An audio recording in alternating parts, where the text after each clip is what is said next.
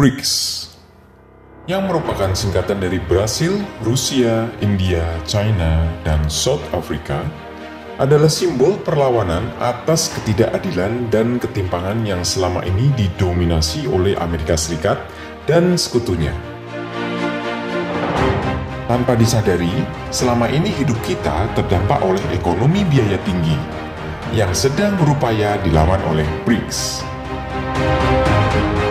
Di episode ini, Dunia Baru akan mengulasnya dari perspektif yang berbeda bersama Gagan Pribadi, seorang brain miracle artist dari Indonesia. Pada 1940, sebuah keputusan penting dibuat dan mengubah dunia, yakni ditetapkannya mata uang dolar Amerika sebagai mata uang transaksi di seluruh dunia. Ketetapan yang dibuat oleh Menteri Keuangan Amerika Serikat ini didukung lembaga-lembaga keuangan dunia boneka Amerika seperti Bank Dunia dan IMF.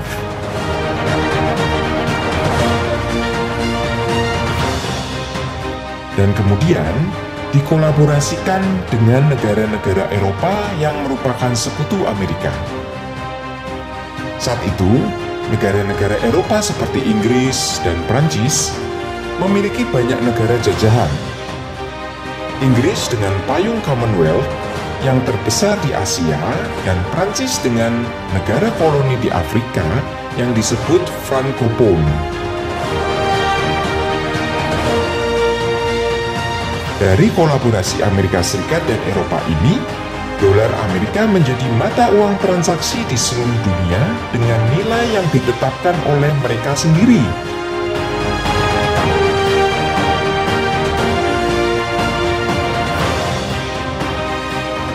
Dari sinilah segala ketimpangan dan ketidakadilan itu bermula.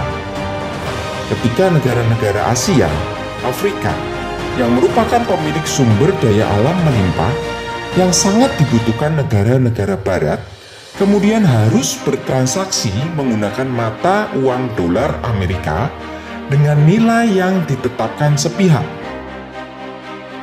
Dominasi alias penjajahan baru melalui pemaksaan mata uang transaksi ini berkontribusi makin melebarkan jurang negara kaya dan negara miskin yang sebetulnya kaya sumber daya alam, tapi menjadi tak berdaya karena mata uang mereka telah dilemahkan.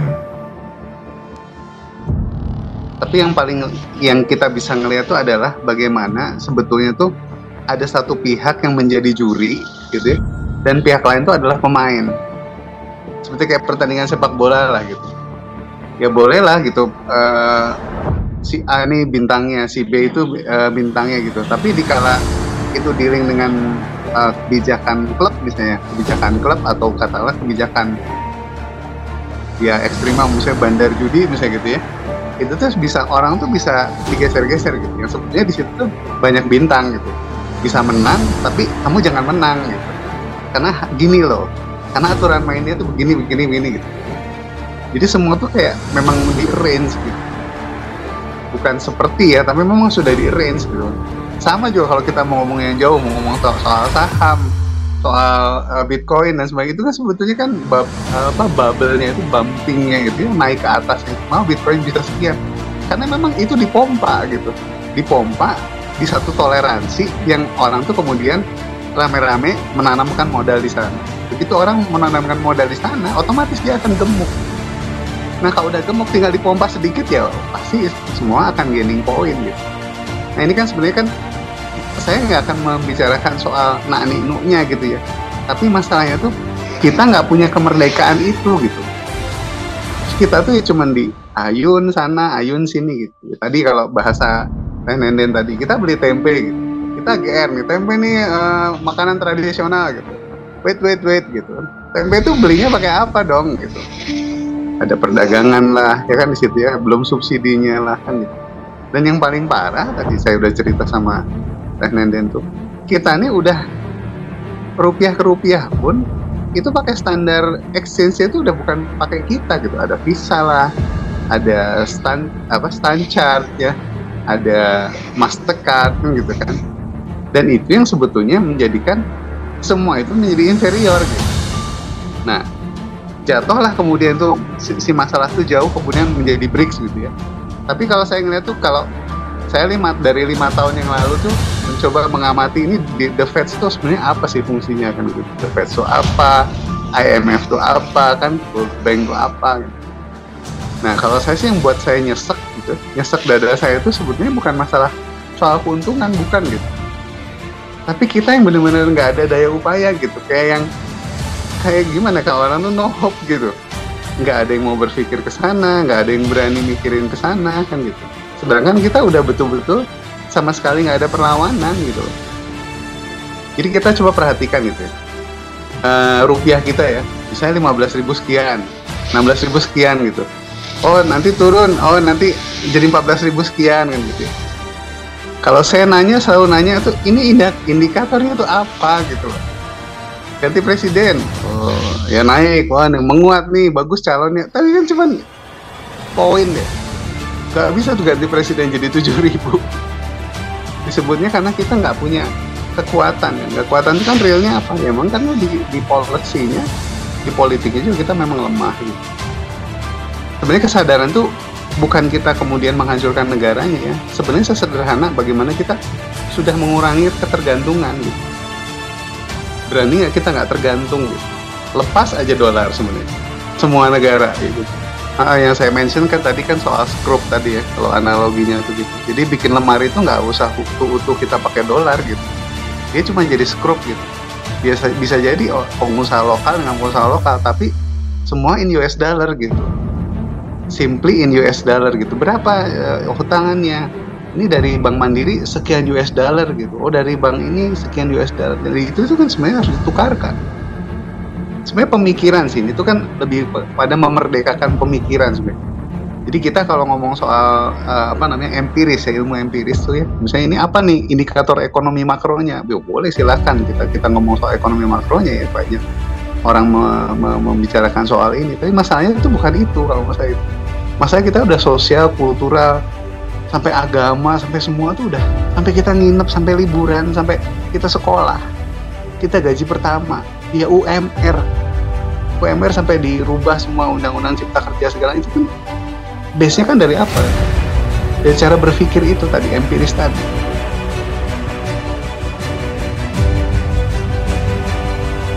BRICS terbentuk pada bulan September 2006 yang dimotori oleh 4 negara, yakni Brasil, Rusia, India, dan China. Istilah BRIC ini sendiri sebetulnya dicetuskan oleh ekonom Goldman Sachs Jim O'Neill pada tahun 2001. Ia percaya bahwa pada tahun 2050, keempat negara BRIC akan mendominasi perekonomian global. Afrika Selatan kemudian bergabung pada tahun 2010 dan menambahkan S, South Africa, menjadi BRICS. Kelahiran BRICS disambut antusias, terutama oleh negara-negara yang selama ini tidak diperhitungkan dan banyak menanggung hutang pada lembaga-lembaga keuangan dunia yang tentu saja menggunakan mata uang dolar Amerika. BRICS adalah momentum perlawanan atas ketidakadilan panjang yang dialami banyak negara di Afrika dan Asia sejak kebijakan tahun 1940 tersebut. Maka tak heran misi BRICS yang menonjol adalah untuk tidak menggunakan lagi mata uang dolar Amerika dalam bertransaksi dagang dan memilih penggunaan mata uang mereka sendiri. Ini yang disebut dedolarisasi. Kenapa pertanyaannya dan kemudian ada jawabannya, kenapa di Afrika gitu? Karena Afrika tuh emang seksi sih. Kenapa nggak di Asia gitu? Kenapa Afrika gitu? Jadi yang ceritanya kan kemudian menjadi panjang ya. Oh ya ternyata ini ada persekutuan namanya US dollar dengan euro kan gitu ya. Oh, euro tuh ada di mana ya? Euro tuh ada semua di Afrika. Karena Afrika tuh jajahannya cuma 2. Kalau nggak jajahan Perancis, jajahan Inggris, dan itu sampai hari ini gitu. Mereka tuh masih menjajah sebetulnya. Semua kepala negara itu di tangan mereka tuh boneka. Tapi pas begitu ada pemberontakan ini ya, kayak Niger kemarin itu, mereka tuh kaget gitu. Karena apa? Yang memberontak tuh pangkat-pangkatnya tuh kayak kolonel-kolonel gitu, yang bukan jenderalnya gitu. Jadi ini kan udah di satu titik yang orang tuh bilang that's enough gitu. Udah dong gitu. Jangan diterusin gitu. Kita nih Afrika nih udah terlalu gapnya udah terlalu jauh dengan kalian gitu. Masa gajian sampai bawa roda ya? Mereka tuh sampai bawa roda gajian gitu ya. Yang itu tuh jumlahnya mungkin nggak lebih dari $5. 5-25 dolar tuh saking uang kertasnya tuh udah nggak berarti. Nah, kenapa kalau buat saya tuh ini tertarik? Karena ini isunya tuh bukan masalah Indonesia aja gitu. Karena seluruh dunia itu kita mau udah diatur dengan itu. Gitu. Sendinya tuh di situ sebenarnya. Jadi kalau orang ngomong soal dolarisasi gitu ya, itu kan seolah-olah tuh kan kita nih memusuhi kan gitu ya, atau menganggap itu ya kayak permusuhan lah gitu. Tapi sebenarnya kalau menurut saya yang sederhana itu adalah dihilangkan aja ketergantungannya gitu. Tapi kan yang jadi rumit itu kan bantuan kepada kepala negara ya, kemudian bantuan kepada lembaga-lembaga dunia. Disitulah jadi terjadi kerumitan. Kenapa? Ada sistem komisi, ada sistem bagi hasil kan gitu ya. Jadi di atasnya tuh belum rukun di atas gitu. Makanya kalau di atas sudah rukun, penguasanya udah pada rukun, ya kita udahlah jangan lagi ngutang misalnya. Ya udahlah kita nggak usah pakai uang dari US dollar gitu. Sebenarnya ini jauh akan lebih tenang gitu depannya. Jadi nggak usah ngomong soal dolarisasi sebenarnya itu. Ya kerumitan di antara pemimpin-pemimpin diredakan saja. Dan memang itu yang kita kerjakan sebetulnya. Disebut ngerjain itu gimana sederhananya ya memang kita istilahnya kalau bahasa kita ya mencuning kepala-kepala negara itu agar jadi lebih simpel cara berpikirnya. Ingat anak cucu kan gitu ya. Di Afrika sendiri pergerakan BRICS itu sebenarnya bisa jadi lebih kuat daripada sekarang. Cuma masalahnya di Afrika itu karena yang pemerintah sekarang itu semua kan pemerintah boneka. Hanya pemerintah yang BRICS dan bergabung sana ini bukan boneka. Nah disitulah akhirnya tuh jadinya alot. Kenapa BRICS jadi sekarang juga kayak jalan di tempat juga gitu. Karena nggak mungkin si penguasa ini katakanlah tanda petik ya, yang sudah menguasai negara-negara ini akan tinggal diam. Dia akan menggerakkan si bonekanya tadi. Ya yang paling gampang nih agak keluar sedikit ya. Di kala South Africa ke human rights itu ya soal Palestina ya, Israel ya. Amerika cuma gini, gue udah tahu lo dosa lo nih ada filenya gitu. Itu mau dibuka, tinggal mau dibuka. Dia akan buka itu. Kejahatan pemimpin itu korupsinya segala macam itu ada filenya. Dan di situ akhirnya juga mentok kan akhirnya kan negosiasi mentok gitu. Karena sebetulnya kayak kasus Israel dengan Palestina itu udah jelas itu mah udah jadi penjahat perang lah ya. Netanyahu tuh jadi penjahat perang dan semua anggotanya itu penjahat perang. Tapi masalahnya begitu negosiasi di atas karena semua udah kesekrup gitu loh, si pemimpinnya itu udah kesekrup semua sama US dollar dan teman-temannya ini gitu. Sudah menikmati juga gitu. Ya makanya kalau kami sih lebih cenderung kita tidak melihat si pertentangannya gitu. Bagaimana kita memusuhi Amerika, bukan Amerikanya kalau misalnya harus kita musuhi. Tapi sistem US dollar dan sistem euro-nya ini saya udah nggak tepat gitu. Makanya BRICS juga melawannya bukan melawan negaranya, bukan memerangi gitu. Tapi bagaimana menyeimbangkan sistem keuangannya. Kita punya loh kumpulan yang menarik nih negara-negaranya. Ya, ada yang punya minyak, ada yang punya gas bumi, ada yang punya tambang kan gitu ya. Nah itu jadi menurut saya BRICS tuh bukan yang frontal gitu. Walaupun ya itu tadi perjuangannya juga ya mudah-mudahan sih Putin juga nggak cepat mati kan gitu ya, nggak duluan meninggal kan gitu ya. Dan pemimpin-pemimpin yang sekarang mau memimpin negaranya juga masih bisa memimpin 5 tahun atau 10 tahun ke depan. Dan itu juga jadi tanda tanya juga ya, apakah mereka bisa tahan itu gitu. Karena begitu nanti ada pemilu, nah pemilunya juga direcokin juga sama pemimpin-pemimpin yang akan membela US dollar. sekarang kayak orang perang gitu ya, sekarang Timur Tengah mau perang, ya yang paling surat ya US dollar. Kenapa? Karena dia akan menggelontorkan dana, ya, beli alat perang, beli logistik, ya, makanan, termasuk bantuan. Kalau udah perang tuh bantuannya kan US dollar juga tuh. Terus nanti begitu hancur negaranya kayak Palestina itu sekarang dia, itu tuh ngebangunnya juga pakai lembaga dunia itu, utangan lagi.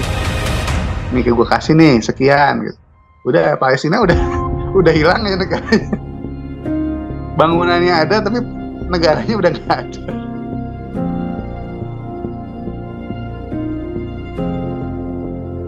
Dedolarisasi adalah proses mengurangi ketergantungan dunia pada dolar sebagai mata uang cadangan utama dunia dan mata uang transaksi untuk bisnis internasional.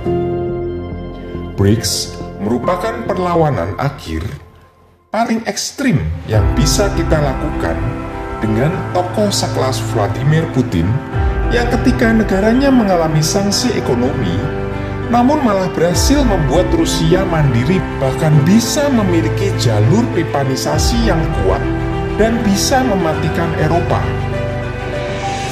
BRICS bukan hanya soal momentum untuk memiliki mata uang sendiri, tapi Putin dan negara-negara BRICS siap mengimbangi dominasi negara-negara barat dengan cara kemandirian logistik, pipanisasi, dan bisa menghidupi negara sendiri tanpa ketergantungan dari pihak barat. BRICS adalah pembalikan keadaan di mana negara-negara berhutang menjadi pemberi hutang. Putin sudah memulainya dengan mengumumkan komitmen Rusia yang memutihkan hutang negara-negara Afrika senilai kurang lebih 23 miliar dolar Amerika yang disampaikannya dalam Rusia Afrika Summit bulan Juli 2023 lalu di Saint Petersburg.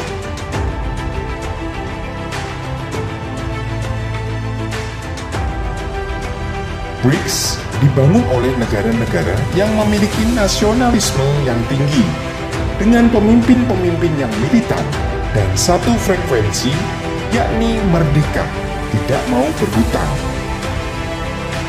Faktor yang paling besar di dunia ini kan US dollar dengan euro, dan itu kan sudah mencapai 82% ya sebelum terjadi kelahiran BRICS. 82% keuangan dunia itu dipegang mereka, bayangkan. Sisanya ya mata uang yang lain. Nah, kita ngelihat kenapa Afrika itu tumbuhlah perlawanan, karena sebenarnya itu tuh di luar perkiraan orang Eropa. Karena sekian tahun, sekian puluh tahun, sekian ratus tahun nggak nyangka kalau Afrika tuh hanya melawan.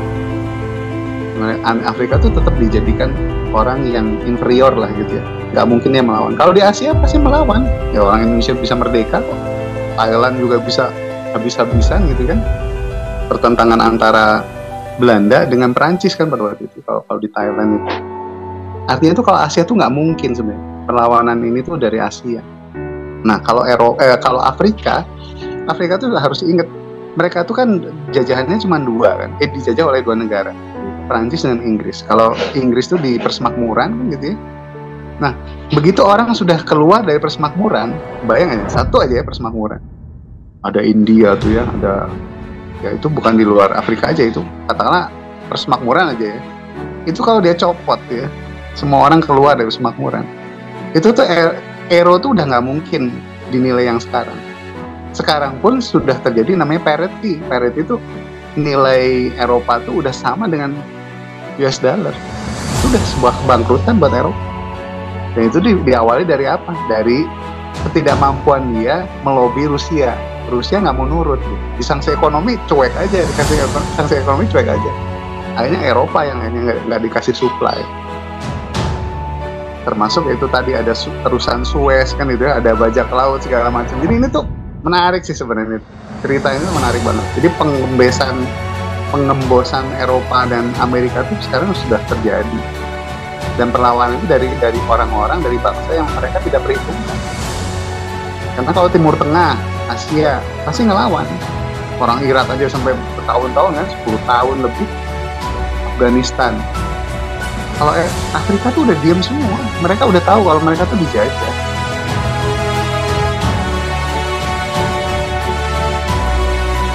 Bayangkan bila nilai 1 rupiah sama dengan 1 dolar Amerika, maka kehidupan sehari-hari kita yang tanpa kita sadari selama ini begitu tergantung dan dikendalikan oleh mata uang tersebut akan berubah drastis. Umat Islam misalnya, yang ingin menunaikan ibadah haji, harus menabung bertahun-tahun untuk bisa memenuhi biaya berhaji yang demikian mahalnya karena tiket pesawat, harga hotel, dan semua biaya perjalanan menggunakan mata uang dolar Amerika. Dan kita tak punya pilihan lain selain tunduk pada aturan itu. Dan keadaan itu akan berubah bila nilai 1 rupiah setara dengan 1 dolar Amerika, di mana berhaji atau berumroh akan menjadi biaya murah dan terjangkau. Begitu juga tempe yang kita konsumsi dengan bahan kedelai impor yang harus dibayar dengan uang dolar Amerika. Saatnya kita ganti kedelai impor itu dengan bahan pangan pengganti yang bisa kita tanam sendiri. Ketika saat ini tenaga kerja kita berbondong-bondong bekerja di luar negeri dengan menjadi buruh migran karena selisih nilai tukar antara mata uang rupiah dan dolar Amerika ini, bila kesetaraan uang rupiah dan dolar Amerika itu terjadi, maka mereka tak perlu jauh-jauh lagi untuk mencari penghidupan, meninggalkan keluarga mereka dengan segala resikonya. Bayangkan, Indonesia akhirnya terbebas dari jeratan hutang luar negeri dalam mata uang dolar Amerika, yang rasanya makin membengkak karena bunga dan semakin sulit dibayar karena selisih nilai tukar yang makin lebar. Stop.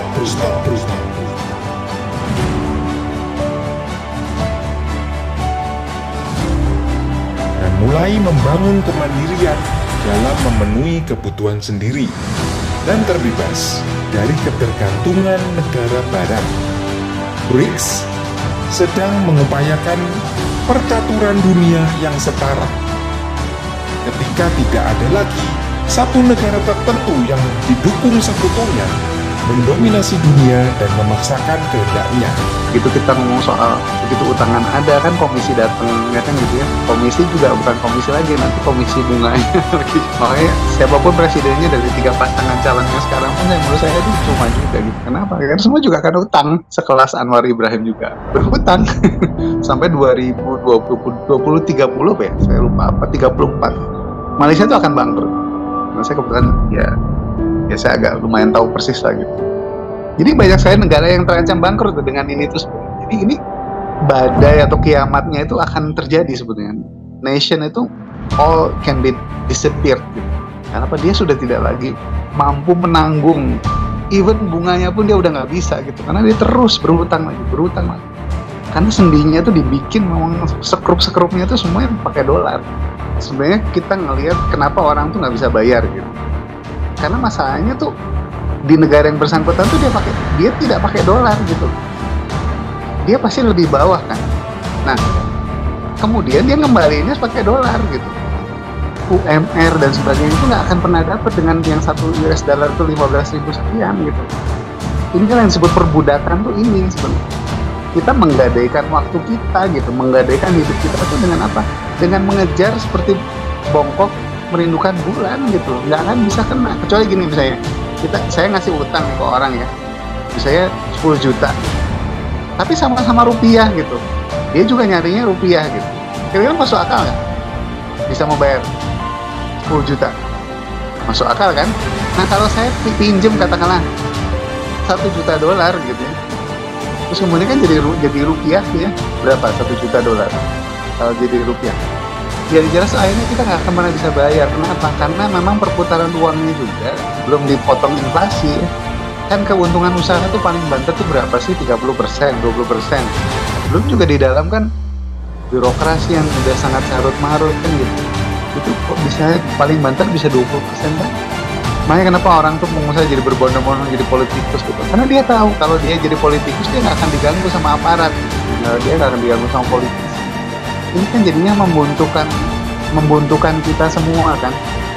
Kenapa ada jadi korupsi, kenapa jadi ada pengusaha jadi politisi, itu kan karena ketidakmampuan pengusaha juga untuk mengembalikan utang gitu. Jadi nggak bisa disalahin gitu aja juga gitu pengusaha.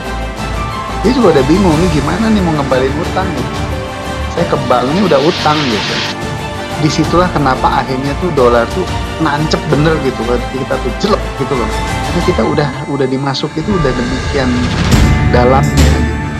Jadi ekonomi biaya tinggi itu muncul karena apa? Sebenarnya kalau saya pernah belajar nyempal ke politik pada dulu di Australia itu tuh karena kelemahan dari SDM suatu negara. Jadi kelemahan SDM suatu negara dibikinlah birokrasi. Nah birokrasi ini untuk bisa satu orang bisa nanggulangi itu sebenarnya bisa nanggulangi gitu. Tapi karena nggak mampu satu orang ini dibikinlah jadi 3 orang. Yang bagian pintu, yang bagian ruangan, sama bagian pengambilan kan gitu. Sekarang gitu ya, kita kan lihat ya, bikin paspor kan gitu ya. Input data, ya kan? Ya, input data pendaftaran, ini diolah, diverifikasi kan gitu ya. Oh nanti pengambilannya 3 hari lagi gitu. Itu bagian pengambilan. Mana gila loh itu tuh. Sebenarnya kalau semuanya emang sudah satu pintu ya, itu tuh cuma satu orang tuh udah sampai ngeprint gitu loh. Cuman karena ini tuh sebenarnya memang disengaja juga gitu. Jadi grand design-nya memang kita harus selalu akan tetap bodoh gitu, tetap akan tergantung, kita akan tergantung terus.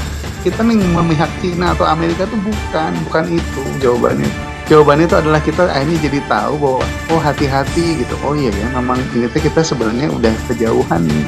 Contoh orang-orang yang pakai mobil sana sini, oh gaya gitu ya. Ini platnya plat merah mobilnya. Coba bayangin. Kebayang nggak tuh? Ada orang petantang-petantang ya, mobilnya bagus tapi plat merah. Kalau saya emang ngelihatnya kita harus ketawa, memaklumi. Kasihan tuh gitu orang. Walaupun kita kemana-mana nggak sebagus mobil itu, tapi itu kan mobil kita sendiri. Nah kemerdekaan cara berpikir ini yang akhirnya tuh nggak ada gitu. Mobil tentara bagus dikawal gitu sama foreigner berapa orang, itu duit siapa coba? Duit kita itu tuh. Jadi itu tuh, jadi kalau dia tahu ya cara berpikir, dia harusnya sedih. Dia tuh menghamburkan itu semua gitu. Dan kita bekerja untuk mereka, jadi supirnya, jadi pengawalnya, semua kan di medsos semua tuh pengawal tuh. Motornya itu berapa ratus juta itu. Ya itu sih basic keprihatinan aku mah itu sih sebenarnya. Nah, kita mau ngomong soal 1 rupiah menjadi 1 US dollar aja, masa kita sendiri juga nggak ada yang peduli gitu.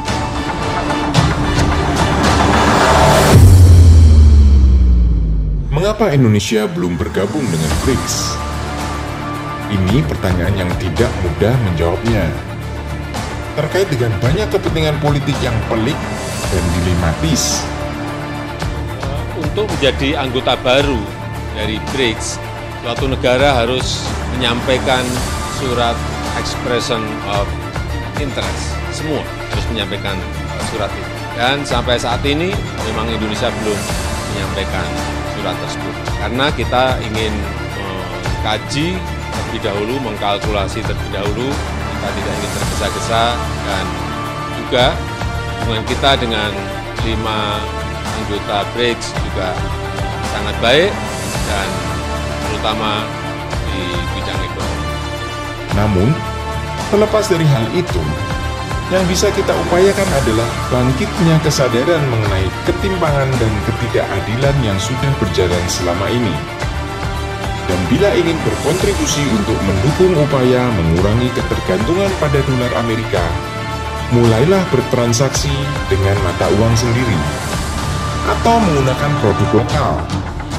Saatnya menjadikan kemandirian sebagai tindakan semangat nasionalisme yang nyata.